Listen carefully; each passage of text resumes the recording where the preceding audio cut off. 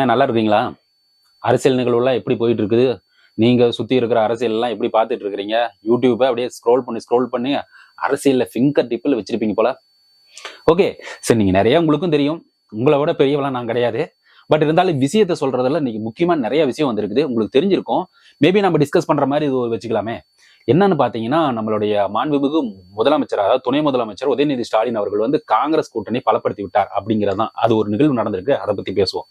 அதுக்கு அடுத்தது சிஎம் ஸ்டாலின், நம்மளுடைய மதிப்புக்குரிய மாண்புமிகு முதலமைச்சர் மு க ஸ்டாலின் ஐயா வந்து நான் இதெல்லாம் சும்மாலாம் விட்டுற மாட்டேன். உச்சநீதிமன்றம் சொல்லிருச்சுல. ஓகே, உச்சநீதிமன்றம் இந்த விஷயத்த சொல்லிருச்சு. அந்த விஷயத்த நான் சும்மா விட மாட்டேன். என் வாழ்நாள் போராட்டமே அதுதான். நான் அது வரைக்கும் ஓய மாட்டேன், அந்த மசோதா பண்ற வரைக்குமே அப்படிங்கிறங்க.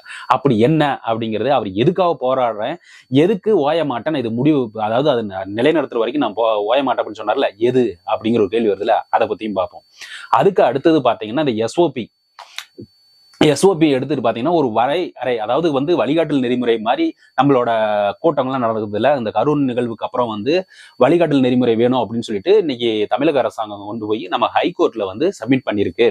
சப்மிட் பண்ண உடனேயுமே நம்மளுடைய அதிமுகவும் சரி, இங்க நம்ம தமிழக வெற்றி கழகம் அவங்ககிட்டயும் ஒரு காப்பி கொடுங்கப்பா, அந்த வழிகாட்டு நெறிமுறை அவங்களும் பார்க்கட்டும், படிக்கட்டும், என்ன அப்படின்னு சொல்லிட்டு ஒரு அப்ஜெக்ஷன் இது இருக்கா என்ன அப்படின்னு அவங்களோட கருத்துக்களும் சொல்லணும்ல. அதனால வந்து அவங்களுக்கு ஒரு காப்பி கொடுங்கன்னு சொல்லிட்டு ஹைகோர்ட் சொல்லியிருக்கு. சோ அப்படி என்ன வழிகாட்டு நெறிமுறைகள் உண்மையிலுமே இருக்க வழிகாட்டு நெறிமுறைகள் இல்ல. ஆனா அங்க என்ன அப்படிங்கிற ஒரு விஷயம் எனக்கு கிடைச்சிருக்கு. அதையும் நம்ம சொல்றோம். இதுக்கு அடுத்து பாத்தீங்கன்னா, இனிமேட்டுக்கு தமிழக வெற்றி கழகம் கிடையாதுப்பா, திராவிட வெற்றி கழகம் அப்படின்னு ஒண்ணு இருக்கு. திராவிட வெற்றி கழகம் அப்படின்னு ஒரு விஷயத்த கொண்டு வந்திருக்காங்க. அப்படி கொண்டு வந்தீங்க, இந்த வினை விதைச்சவன் வினையா இருப்பான், தினை விதைச்சவன் தினையா இருப்பான் அப்படின்னு சொல்லுவாங்கல்ல, அது மாதிரி விஷயம்தான் இந்த திராவிட வெற்றி கழகத்துக்கு நடந்திருக்குது. பார்க்கலாம், அவர் யாரு, எதுக்காக இந்த கட்சியை ஆரம்பிச்சாரு, எங்கிருந்து வந்தாரு அப்படிங்கிற விஷயம் உங்களுக்கு தெரிஞ்சிருக்கும். பட் இருந்தாலும் டீட்டெயிலா பார்ப்போமே, அவர் நிறைய விஷயங்கள் இருக்குது, பார்க்கலாம். ஓகே, அதுக்கு முன்னாடி நம்ம எப்பயும் கேட்கறதான், சப்ஸ்கிரைப் பட்டனையும் பெல் ஐக்கனும் கிளிக் பண்ணீங்கன்னா, முதல் முறை அந்த சேனலுக்கு வரீங்கன்னா அந்த பெல் ஐக்கனை கிளிக் பண்ணிட்டீங்கன்னா நோட்டிபிகேஷன் உங்களுக்கு வரும். சப்ஸ்கிரைப் பட்டன் கிளிக் பண்ணிட்டீங்கன்னா நம்மளோட சேனல் உங்களுக்கு அப்படியே பக்காவா தெரியும். ஹோம் ஸ்கிரீன்லயே தெரியும். அதாவது யூடியூப் ஓப்பன் பண்ண ஹோம் பேஜ்னு சொல்லுவாங்க, அதுல வரும். அதே மாதிரி வீடியோ ஃபுல்லா பாத்தீங்கன்னா லைக்கும் ஷேரும் கொடுத்தீங்கன்னா பல பேருக்கு சென்றடையும் அப்படின்னு சொல்லிட்டு விஷயத்துக்குள்ள போயிடலாம். எங்கிருந்து ஆரம்பிக்கலாம்? தமிழக வெற்றி கழகம் அங்கிருந்து ஆரம்பிச்சு அப்படியே ஒரு விஷயம் சொல்லுமே. தமிழக வெற்றி கழகம் அப்படிங்கிற ஒரு விஷயம் இருக்குது பாத்தீங்களா. அதாவது விஷயம் அப்படிங்கிறது வந்து ஒரு புரட்டியே போட்டுருச்சு தமிழகத்தை அப்படின்னு தான் சொல்லணும். அந்த தமிழக வெற்றி கழகம் இனிமேட்டு கிடையவே கிடையாது அப்படின்னா இப்படி இருக்கும். கிடையவே கிடையாதுன்னெல்லாம் இல்ல, இன்னமேட்டுக்கு திராவிட வெற்றி கழகம்னு ஒண்ணு இருக்குதப்பா அப்படிங்கறத ஞாபகப்படுத்துறதுக்கு தான் சொல்றேன். தமிழக வெற்றி கழகம் ஒண்ணு இருக்கு, இதென்னப்பா திராவிட வெற்றி கழகம் அப்படின்னு யாருன்னு பாத்தீங்கன்னா, இதை தோற்றுவித்தவர் இப்போ வந்து உதயமாயிருக்கிறது. எங்கிருந்து உதயமாயிருக்கிறதுனா, அவர் முன்னாள் general secretary, deputy general secretary, துணை பொதுச் செயலாளரா எங்க இருக்காரு, வைகோவோட மறுமலர்ச்சி திராவிட முன்னேற்ற கழகத்துல இருந்தவர். கட்சிக்கு எதிராக செயல்பட்டார் அப்படின்னு சொல்லிட்டு கட்சியில இருந்து நீக்கிட்டாங்க, கட்சியில இருந்தே தூக்கிட்டாங்கன்னு வைங்களேன். சோ உடனே அவரு சுத்தியும் முத்தியும் பார்த்துட்டு, ஓகே நாம வந்து ஒரு கட்சி ஆரம்பிப்போம், கட்சி ஆரம்பிச்சோம்னா சூப்பர். கட்சி ஆரம்பிச்சா என்ன, நாமளும் போயிட்டு வெயிட்டா நான் ஒரு தனி கட்சி வச்சிருக்கேன் அப்படின்னு போய் சீட்டு கேட்கலாம்ல, எந்த கட்சிக்கிட்டே இருந்தாலும். சோ அதனால ஆரம்பிச்சிருக்காரு. அவர் செலக்ட் பண்ண கட்சி பேரு தான் திராவிட வெற்றி கழகம். அந்த வெற்றி கழகம் ஆக்சுவலா இந்த திராவிட முன்னேற்ற கழகம், அண்ணா திராவிட முன்னேற்ற கழகம், இது வெற்றி கழகம், திராவிட வெற்றி கழகம். எப்படிலாம் இருக்கு. எனக்கு இந்த ஒரு விஷயம் வந்து இங்க ஒரு தெளிவா தெரியுதுங்க. இவர் கட்சி ஆரம்பிச்சாரு, எதுக்கு என்னன்னு தெரியல. ஆனா நம்ம ஓபிஎஸ் ஐயா இருக்கிறார்கள், ஓ பன்னீர்செல்வம் அவர்கள், அவரு வந்து தனியா ஒரு சின்னத்துல இப்ப வந்து நின்னாரு. ஓகேவா. அதனால மக்களை குழப்பறதுக்காகவோ என்னன்னு தெரியல, அப்பா அந்த பேசு பொருள் அஞ்சு குழப்பறதுக்காக அப்படி பண்ணிட்டு இருக்காங்க. பன்னீர்செல்வம் அப்படின்னு சொல்லிட்டு நிறைய பேர் வந்து அங்க வந்து வேட்பாளர்களா பதிஞ்சிட்டு இருந்தாங்க. அப்போ வந்து யாருக்கு ஓட்டு போடுறது, எந்த பன்னீர்செல்வம் அப்படிங்கிற ஒரு விஷயம் இருந்துச்சு. ஏதோ பலாப்பழம் அந்த இடத்த சின்ன இருந்தது. அது மாதிரி விஷயம்லாம் அந்த டைம் நடந்துச்சுன்னு வைங்களேன். சோ அப்படி ஒரு நடந்துச்சு. அது மாதிரி தமிழக வெற்றி கழகத்தை குழப்பி விடுறதுக்காக திராவிட வெற்றி கழகம் அப்படின்னு ஒரு கட்சி ஆரம்பிச்சதா அப்படின்னு சொல்லிட்டு மக்கள் எல்லாம் கீழே கமெண்ட்ஸ்ல அது கீழேயே அப்படிதான் போட்டுட்டு இருக்காங்க. பாருங்க, இவர் வந்து கட்சி ஆரம்பிச்சு, ஓகே தமிழக வெற்றி கழகம் நேரா திராவிட வெற்றி கழகம், எப்படி இருக்குது பந்தாவா. சோ இப்படி வச்சுக்கிட்டு, சோ இந்த கட்சியா எதிராக தமிழக வெற்றி கழகம் விஜயா, ஓகே திராவிட வெற்றி கழகம் இப்படின்னு சொல்லிட்டு ஒரு விஷயத்த பண்ணி ஒரு ஈக்குவலைசேஷன் பண்ணி அவங்கள ஒரு காலி பண்றதுக்கு, தமிழக வெற்றி கழகம் விஜயை வந்து காலி பண்றதுக்கான ஒரு பிளானா இருக்குமோ அப்படின்னு சொல்லிட்டு கமெண்ட்ஸா போட்டுட்டு இருக்காங்க.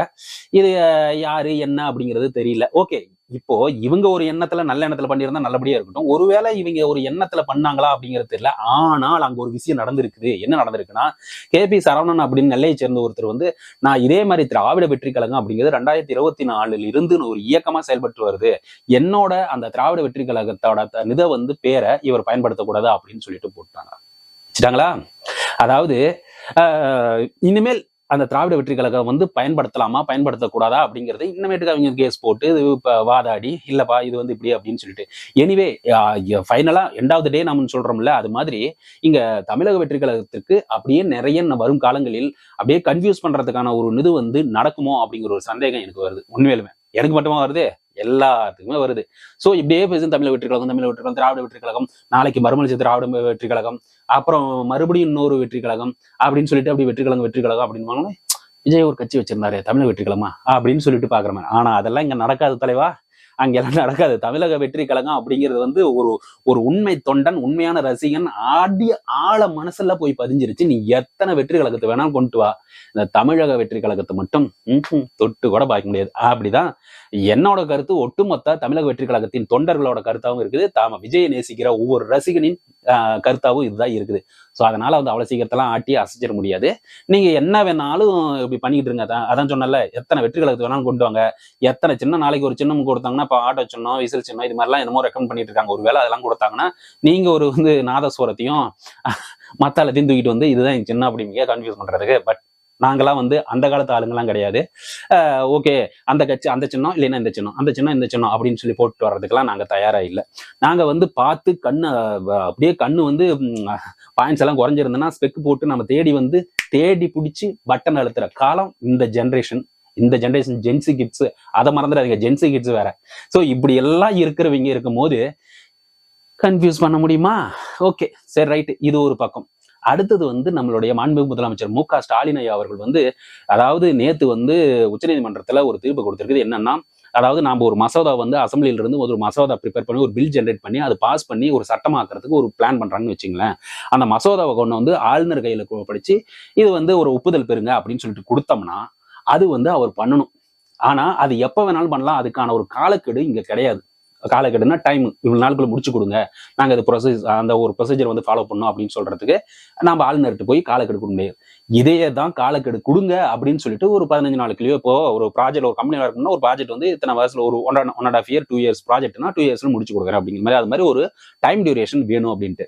ஆனா உச்சநீதிமன்றம் அப்படியெல்லாம் கிடையாது. ஜனாதிபதிக்கோ ஆளுநருக்கோ கவர்னருக்கோ பிரசிடென்ட்டுக்கோ நம்ம வந்து எந்த ஒரு ஆர்டரும் போட முடியாது. ஆர்டர் மீன்ஸ் காலக்கெடு கொடுக்க முடியாது. அதே சமயத்துல ஒரு மாநிலத்துல இரட்டை அதிகாரம் இருக்க முடியாது. மக்களால் தேர்ந்தெடுக்கப்பட்ட அந்த கவர்மெண்ட் மட்டும்தான் முழு அதிகாரம் பெற்றது அப்படிங்கிற ஒரு வார்த்தையும் கூடவே சொல்லியிருக்கு. ஸோ இது எல்லாத்தையும் ஒட்டுமொத்தமா நம்ம பார்த்தோம்னா ஆளுநருக்கோ நம்மளுடைய ஜனாதிபதி அவர்களுக்கோ நாம காலக்கெடுல இத்தனை நாளுக்கு முடிச்சு கொடுத்துருப்பா அப்படின்னு சொல்லிட்டு. ஸோ இது வந்து மாநிலங்களுக்கு ஒரு பின்னடைவு அப்படின்னு சொல்லிட்டு பிளாஷ் நியூஸா வந்துட்டு இருந்துச்சு. இதுக்கு தான் தமிழக முதலமைச்சர் முதலமைச்சர் மு க ஸ்டாலின் அவர்கள் வந்து நாங்க இது ஒரு சிறப்பு சட்டம் மாதிரி நாங்க ப்ரிப்பேர் பண்ணி கொண்டு வர வரைக்கும், ஒரு காலக்கெடு கொண்டு வர வரைக்கும் நாங்க ஓய மாட்டோம் அப்படிங்கிற ஒரு வார்த்தை சொல்லியிருக்காரு. ஆனா ஒரு மக்களால் தேர்ந்தெடுக்கப்பட்ட ஒரு கவர்மெண்ட் இருக்கும் போது ஒரு ஒரு அதிகாரம் வந்து முழுமையா அந்த அரசாங்கத்துக்கிட்ட மட்டும்தான் இருக்கணும். ஏன்னா மக்கள் செலக்ட் பண்ணுவீங்க, அவங்க கிட்ட தான் அந்த அதிகாரம் இருக்கணும். ஒரு பாஸ் பண்ணணும் அப்படின்னா மக்களால் தேர்ந்தெடுக்கப்பட்ட எம்எல்ஏ, அங்க வந்து எம்பி, இப்படி அவங்க மட்டும் ஓகே சைன் பண்ணி இது சட்டத்தை பாஸ் பண்ணலாம். அதாவது நம்மளோட நாட்டுக்கு தேவையான சட்டமா இருக்குது. இப்போ பாத்தீங்கன்னா கவின் ஆணவ படுகொலை நடந்துச்சு, அதுக்கான ஒரு அவசர சட்டம் கொண்டு வராங்க அப்படின்னா கடுமையான தண்டனை வழங்குறதுக்கு அது வந்து நம்மளோட எம்எல்ஏக்கள் அங்க இருப்பாங்க அசம்பிளில, அவங்க எல்லாம் ப்ரிப்பேர் பண்ணி கொடுக்கணும். உடனே சட்டமா பாஸ் ஆயிடுச்சுன்னா உடனடியாக அது இம்ப்ளிமெண்ட் ஆயிரும். எவனா இருந்தாலும் சட்டம் தன் கடமையை செய்யும், குற்றங்கள் குறைய ஆரம்பிக்கும். ஸோ இதுதான் அதனோட அஜெண்டா இதுதான். அதுக்காக தான் வந்து இவங்க இப்படி ஒரு விஷயம் சொல்லும் போது இல்ல நாங்க இந்த கெடு கொடுக்க முடியாது, அது அவங்களோட இதுதான் அப்படின்னு சொல்லிட்டு இதுக்கு வந்து முதலமைச்சர் அவர்கள் இப்படி சொல்லியிருக்காங்க. ஓகே, இது ஒரு பக்கம். இவர் வந்து எதிர்காலத்துல இப்படி கொண்டு வந்து நல்லதா நடக்கட்டும் அப்படின்னு சொல்லிட்டு வாழ்த்துக்களை சொல்லிட்டு நம்ம அடுத்த விஷயத்துக்கு போயிடலாம். அடுத்த விஷயம்னு பாத்தீங்கன்னா, நம்மளுடைய உதயநிதி ஸ்டாலின் அவர்கள் வந்து காங்கிரஸ்க்கும் எங்களுக்கும் எந்த ஒரு பிரச்சனையும் இல்லை அப்படின்னு சொல்லிட்டு ஒரு விஷயத்த சொல்லியிருக்காங்க. ஆமா, அதாவது செல்வ பெருந்தகை காங்கிரஸோட மாநில தலைவர் இருக்காங்க செல்வ பெருந்தகை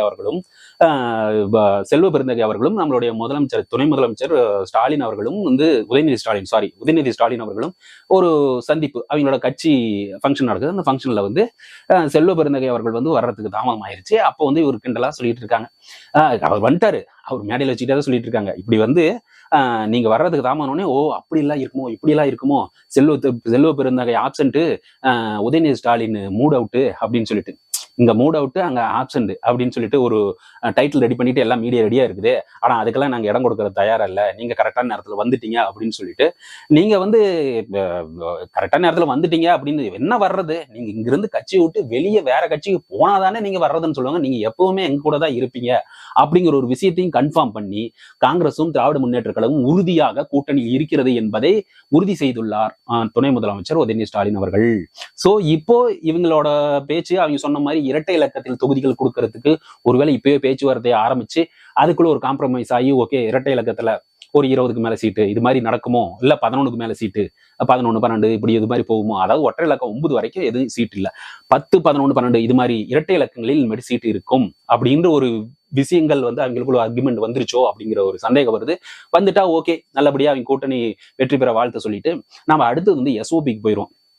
எஸ்ஓபி பார்த்தீங்கன்னா நம்மளோட வழிகாட்டு நெறிமுறை ஒன்று இருக்கு, ஸ்டாண்டர்ட் ப்ரொசீஜர், ஆப்ரேட்டிங் ப்ரொசீஜர். இந்த ஸ்டாண்டர்ட் இந்த நெறிமுறைகள் இருக்கு அப்படின்னு பார்த்தீங்கன்னா, நம்ம கரூர் சம்பவம் நடந்துச்சு பார்த்தீங்களா, இந்த கரூர் சம்பவத்துல ஏற்கனவே ஒரு அங்க ஆல்ரெடி இருக்குங்க. நாங்க வழிகாட்டு நெறிமுறைகள்லாம் உண்மையிலுமே இருந்துச்சு. ஏன்னா வந்து ஒரு 15 நாளைக்கு முன்னாடி பர்மிஷன் வாங்கணும், எந்த இடம், நீங்க எவ்வளவு நேரம் பேசுறீங்க அப்படிங்கிற மாதிரி சில கட்டுப்பாடுகளும் நெறிமுறைகளும் ஏற்கனவே இருந்ததுதான். இப்ப கூடுதலாக எனக்கு தெரிஞ்ச வரைக்கும், இது தப்பா இருந்த மன்னிச்சுங்க, கூடுதலாக வந்து அங்க நெறிமுறைகளை கொண்டு வர பாக்குறாங்க அப்படிங்கிறது தான் வந்து எந்த ஒரு மக்களுக்கு எந்த ஒரு பாதுகாப்பும் இல்லாமல், எந்த ஒரு உயிர் சேதமோ இல்ல மக்களின் அந்த உயிருக்கு பாதுகாப்பு வேணும், அதுக்கான ஒரு வழிகாட்டு நெறிமுறைகள். இப்போ கூட்டம் வருதுன்னா அந்த கூட்டத்தை எவ்வளவு கெப்பாசிட்டியில ஒரு இடம் அப்படிங்கிற மாதிரி நிறைய வழிகாட்டு நெறிமுறைகள் அது ஆல்ரெடி இருக்கு. பட் என்ன நெறிமுறைகள் அப்படிங்கிறது சொல்லல. ஆனால் தமிழக அரசாங்கம் இன்னைக்கு வந்து ஹைகோர்ட்ல வந்து உயர்நீதிமன்றத்துல சப்மிட் பண்ணிருக்கு இந்த புது வழிகாட்டு நெறிமுறைகளை நம்ம ஃபாலோ பண்ணணும் அப்படின்னு சொல்லிட்டு. அது எப்படி அந்த வழிகாட்டு நெறிமுறைகள் என்ன அப்படின்னு சொல்லிட்டு எதிர்காலத்தில் நமக்கு நாளைக்கோ நாளானைக்கோ இல்லை அடுத்த வாரமோ நமக்கு தெரிய வரும்னு வைங்களேன், அவங்க சட்டத்தை ஃபுல்லான ஒரு தீர்ப்பு கொடுக்கும்போது.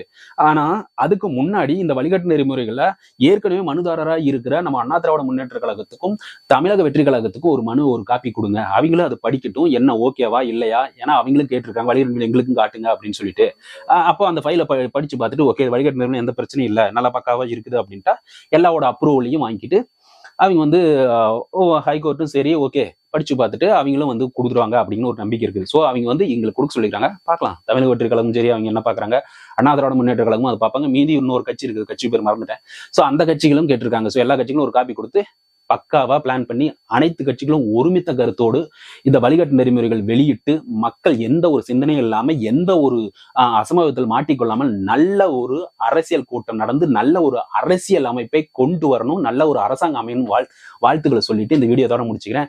மறக்காம இது வரைக்கும் வீடியோ பார்த்துருந்தீங்கன்னா லைக்கும் ஷேரும் கொடுத்தீங்கன்னா பல பேருக்கு சென்றடையும். அந்த சப்ஸ்கிரைப் பட்டனை பெல் ஐக்கனையும் கிளிக் பண்ணீங்கன்னா வீடியோ உங்களோட மொபைலுக்கு நோட்டிபிகேஷனா வரும்னு சொல்லிட்டு, அப்புறம் அந்த ஹைப்பு கமெண்ட்ஸ்ல இருக்கும், அந்த ஹைப்பு கொடுத்தீங்கன்னா எங்களுக்கு நம்ம டீம் எல்லாம் யாராவது உழைக்கிறார்கள் அவங்களுக்கும் ஒரு கிரெடிட் கொடுத்த மாதிரி இருக்கும்னு சொல்லிட்டு விடைபெறுகிறேன். நன்றி, வணக்கம்.